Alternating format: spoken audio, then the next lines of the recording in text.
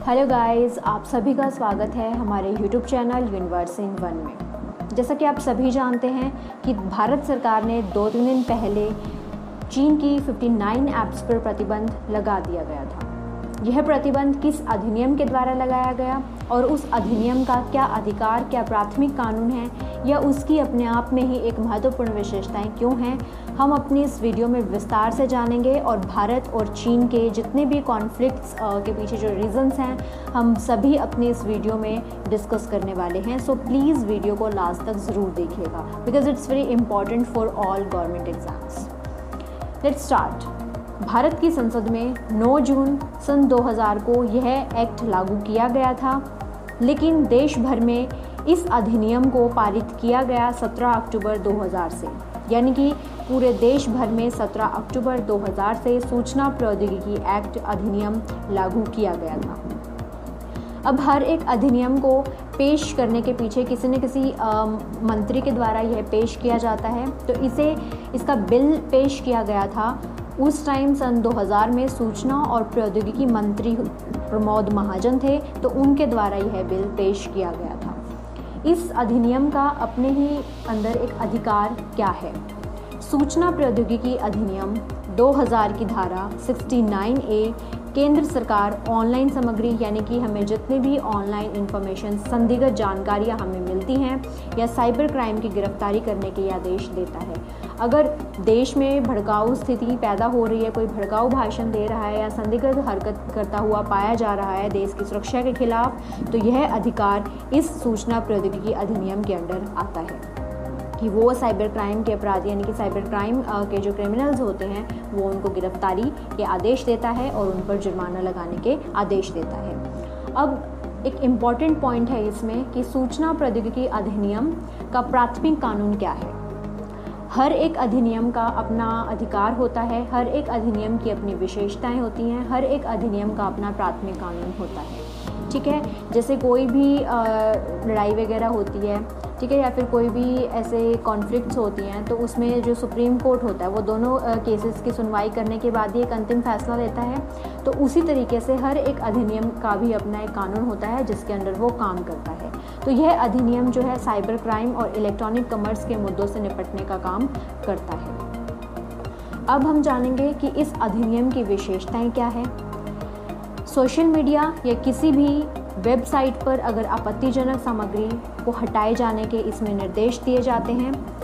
20 दिसंबर 2018 को केंद्र सरकार द्वारा जारी निर्देश में इस अधिनियम के तहत 10 केंद्रीय एजेंसियों, यानी कि 10 सेंट्रल एजेंसीज को अधिकार दिया गया था कि वे इन आपत्तिजनक सामग्री को हटा भी सकती हैं या उनको डिकोड कर सकती हैं। उसी अधिकार के जरिए चीन की 59 ऐप्स को जब भारत में प्रतिबंध किया गया, तो इन्हीं 10 एजेंसियों का ये जिम्मा है कि वो अपने देश की सुरक्षा कैसे प्रदान कर सकती हैं और जो भी इन ऐप्स को यूज़ करने वाले यूज़र्स थे उनके लिए जो है एक सख्त कदम वो कैसे उठा सकती हैं, क्योंकि इन ऐप्स के जरिए बताया जा रहा है कि विदेश में जो है अपने देश की सारी जितने भी इंफॉर्मेशंस हैं वो वहाँ पर गठित कर रहे थे।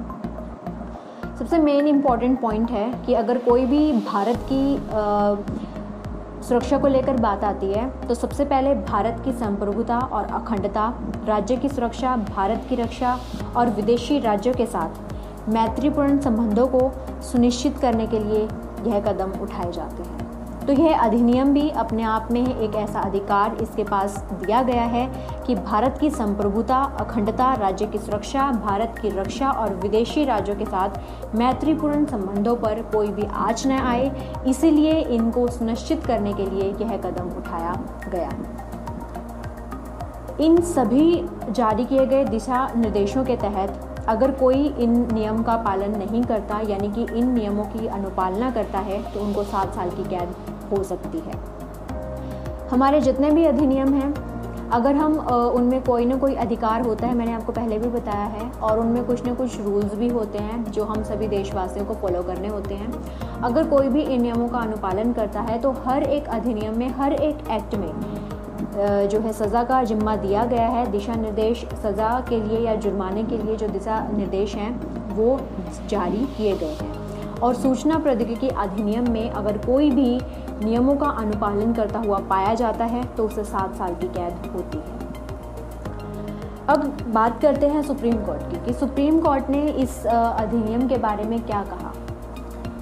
सुप्रीम कोर्ट ने ये बताया कि उन्होंने अपने बयान में कहा, व्यक्तिगत निजता से राष्ट्रीय सुरक्षा सबसे ऊपर है, इसीलिए केंद्र अपनी शक्ति का प्रयोग कर सकता है। यानी कि सुप्रीम कोर्ट ने केंद्र को अपनी जितनी भी शक्तियां केंद्र को दी गई हैं वो अपनी उन शक्तियों का प्रयोग इस एक्ट के अंदर कर सकता है। तो सबसे इम्पॉर्टेंट क्वेश्चन ये है कि सूचना प्रौद्योगिकी अधिनियम सन 2000 सेक्शन 69A के तहत क्या केंद्र अपनी अवमानना कर सकता है? जी बिल्कुल।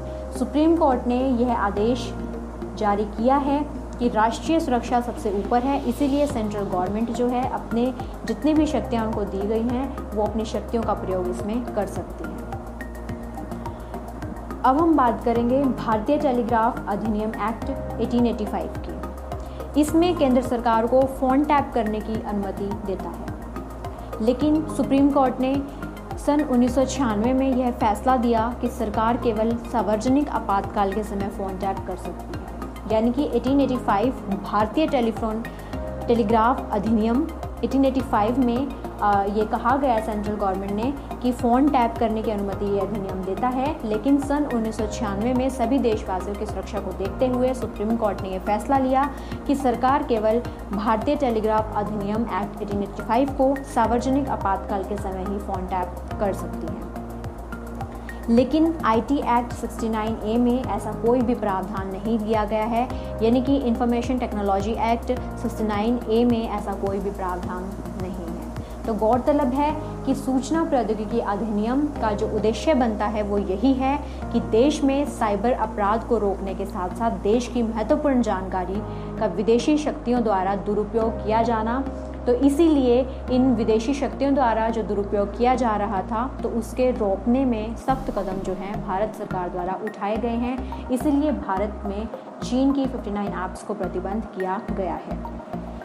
अब हम जानेंगे कि भारत और चाइना यानी कि इंडिया चाइना के बीच जो ट्रेड चल रहा है उसमें कितना जो है भारत का घाटा है उसमें, और भारत जो है सबसे बड़ा व्यापारिक भागीदार किसका है और चाइना कौन से नंबर पर आता है। US भारत का सबसे बड़ा व्यापारिक भागीदार है जबकि चीन दूसरे स्थान पर है। बिल्कुल 2018-19 में चीन के साथ भारत का व्यापार घाटा $53 बिलियन था, जबकि अमेरिका के साथ व्यापार अधिशेष $16 बिलियन है। यानी कि अगर हम चीन के साथ भारत व्यापार करता है तो उसमें भारत को $53 बिलियन का नुकसान होता है। तो हम यहीं से अनुमान लगा सकते हैं कि भारत की अर्थव्यवस्था में कितनी गिरावट आती जा रही है, क्योंकि भारत कहीं न कहीं बहुत ज़्यादा चीन के जो भी हमें कच्चा माल मिल रहा था, जो भी हमें इलेक्ट्रॉनिक्स इक्विपमेंट्स मिल रहे थे वहाँ से, और फार्मास्यूटिकल्स एट्सेट्रा बहुत सारी चीज़ें थी जो भारत चीन से आयात करता था। तो कितना हम चीन की चीज़ों पर निर्भर करते थे, तो उसकी वजह से हम अनुमान लगा सकते हैं कि 2018 और 19 में भारत का व्यापार घाटा $53 बिलियन है। तो जाहिर है कि इससे इकोनॉमी में गिरावट आएगी ही आएगी। लेकिन अमेरिका के साथ व्यापार अधिशेष $16 बिलियन है। अगर भारत अमेरिका के साथ व्यापार करता है तो इसमें भारत का जो व्यापार अधिशेष है, यानी कि भारत अगर अमेरिका के साथ व्यापार करता है तो उसमें ट्रेड सरप्लस, यानी कि ट्रेड सरप्लस का मतलब है कि भारत को अमेरिका के साथ व्यापार करने में फ़ायदा है। अगर भारत अमेरिका के साथ व्यापार करता है तो इसमें भारत को $16 बिलियन का जो है फ़ायदा हुआ था। चीन से भारत आयात करता है 13.7%, जो कि chemicals, motor vehicles parts, electronic equipments, pharmaceuticals या मोबाइल के पार्ट्स हैं, और भी बहुत सारी कंपनियां जो चीन में काम कर रही थी या जो हम चीनी ऐप्स को हम यूज़ कर रहे थे। ठीक है, तो इसका मतलब है कि हम चीन की अर्थव्यवस्था को बढ़ा रहे हैं और अपनी अर्थव्यवस्था को कमज़ोर कर रहे हैं। तो इसीलिए भारत सरकार ने आत्मनिर्भर भारत को बनाने की ये स्कीम बनाई ताकि भारत जो है अपनी इकोनॉमिक वे में अपनी अर्थव्यवस्था को बढ़ाए और आत्मनिर्भर बने, यानी कि हम पूरी तरह से आत्मनिर्भर हों, हम किसी और कंट्री के ऊपर ज़्यादा से ज़्यादा निर्भर ना हो जो कि उनकी अर्थव्यवस्था को बढ़ाए और हम अपनी अर्थव्यवस्था को कमज़ोर करें। तो इसीलिए आत्मनिर्भरता की स्कीम जो है अपनाई गई। अगर हम एक और एग्जांपल देखें अप्रैल 2019 से फ़ेब 2020 तक का, तो उसमें टोटल भारत को 62.4 अरब डॉलर का सामान भारत ने आयात किया है चीन से। अगर इन आंकड़ों को देखें कि अप्रैल 2019 से फ़ेब 2020 तक भारत ने 62.4 अरब डॉलर का सामान चीन से आयात किया है, तो उसमें हमारी इकोनॉमी में कितनी गिरावट आई है और हमें कितना ज़्यादा घाटा हुआ है। तो गौरतलब है कि यही एक इसके पीछे रीज़न्स रहे भारत को आत्मनिर्भर बनाने के, और ये सबसे एक बेस्ट जो है वे है भारत की इकोनॉमी को बढ़ाने का, क्योंकि हर एक कंट्री को जो है विकसित करने में शुरुआत में बहुत दिक्कत आती हैं, बट जब तक अगर हम मुश्किलों का सामना नहीं करेंगे तो हम अपने भारत को आत्मनिर्भर बनाने में सफल नहीं रहेंगे। तो इसीलिए शुरू में कहीं ना कहीं दिक्कत आने की संभावना है इकोनॉमी में, बट अगर हम अपने देश के साथ हैं, हर एक इस देश का जो व्यक्ति है, हर देशवासी अगर साथ हैं आत्मनिर्भर योजना के अंदर, तो वो दिन दूर नहीं है जिस दिन भारत की इकोनॉमी जो है बढ़ने लगेगी। So thank you guys. अगर आपको हमारा कंटेंट अच्छा लगा हो then please share, like and subscribe this channel.